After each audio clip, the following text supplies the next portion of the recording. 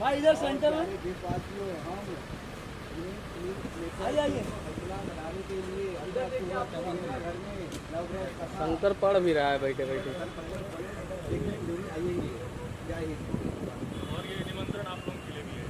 क्या बात है सर, आएंगे जरूर आएंगे। आपसे बात सब तक पहुंचती है।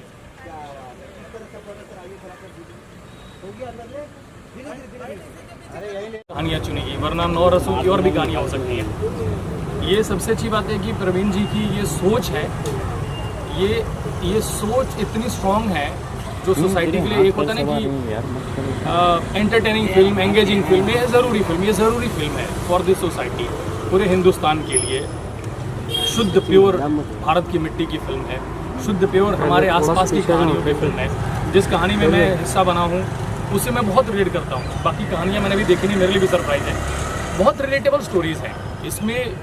बच्चे की बात हो रही है इसमें, डाइवोर्स की बात हो रही है इसमें, बलिदान की बात हो रही है इसमें, एक बेसिक ह्यूमन इमोशंस की बात हो रही है, जलन की बात हो रही है। ये सब हमारे भीतर है, तो आप किसी न किसी स्टोरी से बहुत रिलेट करेंगे। आपके लिए कितना चैलेंजिंग रहा? We have started watching you on a different avatar, I would say rather, what we have seen you since last so many years in the industry.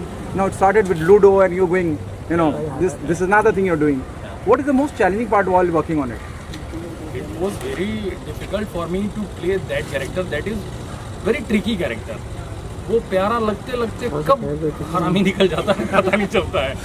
तो वो बहुत थिन लाइन थी। अभी स्टोरी रिवील नहीं कर सकते, बट और इनके साथ परफॉर्म करना, हमने भी साथ में कॉमेडी की है, इससे पहले हमने टीवी शोज किए हैं। तो पर इन्होंने जैसे ब्रीफ किया, और वैसे तो किसी से जलन नहीं होती, पर इस आदमी से हो रही है। इतने अच्छे अच्छे कैरेक्टर सारे इन्होंने किए, 9 कहानियाँ। हमारी वाली कहानी में इन्होंने यूनिक का कैरेक्टर किया है और बहुत कमाल है। हमारे इनके बहुत सारे सीक्वेंसेस हैं साथ में, वो बहुत अच्छे से निकल के आए। मेरे लिए बहुत डिफिकल्ट था क्योंकि ऐसा मैंने कभी कैरेक्टर किया नहीं है। क्या देर आर पॉसिबिलिटी, जब मैं बात करता हूँ आपके बैकग्राउंड की, we know you come from a legend background, क्या पॉसिबिलिटी है you taking it to some shows also? Kapil का शो अब अलग लेवल पे पहुंच गया है, क्या पॉसिबिलिटी है आप एज ए गेस्ट वहाँ पहुंचे फिल्म को प्रमोट करने के लिए? Definitely I would love to go there. हमें लोग आमंत्रित करें, हमें लोग बुला रहे हैं, पूरे भारत भ्रमण पे निकले हैं, जहाँ जहाँ स्वागत किया जा रहा है वहाँ जा रहे हैं। डेफिनेटली हमें लगता है हमारी टीवी इंडस्ट्री हमारी अपनी है। हमने कुछ 15 साल मैंने दिए हैं, इन्होंने 27 साल दिए हैं, तो हमें बहुत ढंग से बहुत सारे मैसेज आ रहे हैं। आप जो ट्रेलर इन्होंने डाला है अपने चैनल पे, उसे आप नीचे कमेंट पढ़ें, एक भी बुरा कमेंट नहीं है। तो चाहे एक नॉर्मल ऑडियंस हो से लेके चाहे हमारे अपने दोस्त हैं, सबने बहुत पॉजिटिव रिस्पॉन्स किया। क्या रिस्पॉन्डिंग रियली? क्या आपको नहीं लगता कि before we go on the floor और before we release the film in theatre, हमें इसको पहले फेस्टिवल्स में, तो बहुत सारे फेस्टिवल्स में होके आई है, थोड़ा सा और फेस्टिवल्स में और जाना, क्योंकि मैं देख रहा हूँ देयर आर न्यूमरस अनगिनत award, 58 award, 58 and still counting, still we are getting good news. मुझे ऐसा लगा कि जब हमारे जो फेस्टिवल्स में चल रही थी, जब हिमाचल इंटरनेशनल फिल्म फेस्टिवल में हमारी फिल्म की स्क्रीनिंग हुई, संजय भाई भी थे वहाँ पर, तो उस स्क्रीनिंग पे जो मतलब एक भपका मिला मुझे ऑडियंस का, मुझे लगा ये देश की फिल्म है और देश पुकार रहा है कि मतलब ये देश को दिखानी चाहिए। इसलिए मैंने डिसाइड किया कि क्योंकि as an independent film maker sir, आपको पता है कि बहुत कठिनाइयाँ आती है, बहुत सारी जंग लड़नी पड़ती है हमें, और मेरे पास ऐसा सक्षम आइडिया था नहीं कि मैं बहुत सारे होर्डिंग लगाऊँ, वो लगाऊँ। मेरा ये था कि ये देश की फिल्म है, देश ने मुझे 58 अवार्ड दिए हैं, तो मैं देश के साथ निकलूँगा, देश को बताऊँगा कि हम आ रहे हैं 18 अक्टूबर को। और जो हमने यात्रा तय की कश्मीर से कन्याकुमारी की, जो तय कर रहे हैं, और आज 24वें दिन जब हम मुंबई में पहुँचे हैं सर, आप मानेंगे कि इतना प्यार मिल रहा है भारत का, इतना प्यार मिल रहा है देश का। कल ही की स्टोरी में हम सूरत में थे, वहाँ पे मतलब कुछ किन्नर बहनें मिली, उन्होंने आशीर्वाद दिया, उन्होंने कहा हाँ तेरे जैसे सोच अगर सब कुछ जाना तो हमें सड़क पे ना चलना पड़े।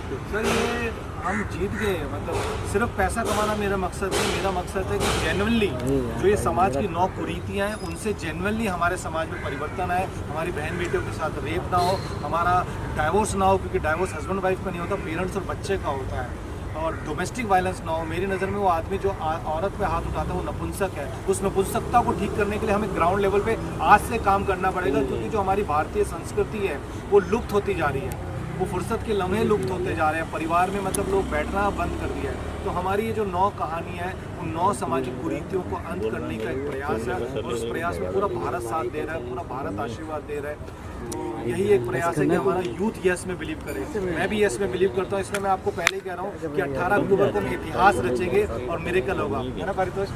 परितोष, डोंट यू थिंक इतनी इंपॉर्टेंट फिल्म है, इतने सारे मैसेज दे रही है, जिस तरह के हालात हैं मुल्क में, जब हम औरतों की बात करते हैं, फिर जुल्म की बात करते हैं, हम रेप की बात करते हैं, डोमेस्टिक वायलेंस की बात करते हैं, क्या आपको नहीं लगता कि आपको जब अपने इतने सारे अवार्ड्स में फिल्म को आप लेके गए, इतना सम्मान मिला है, सेंट्रल या स्टेट गवर्नमेंट के पास जाके इस फिल्म को टैक्स फ्री भी कराना चाहिए? अब हम अपील वही कर रहे हैं, आपके माध्यम से भी अपील कर रहे हैं, और जो पोस्टर पे आपने देखा वो सबको इनवाइट किया गया है, और ये सिनेमा के हित में है। इंडिपेंडेंट फिल्म मेकर के लिए बहुत मुश्किल है, आप लोग आए दिन इंटरव्यूज़ करते हैं, बहुत सारी बड़ी बड़ी पार्टियों में जाते हैं, हर जगह जाते हैं।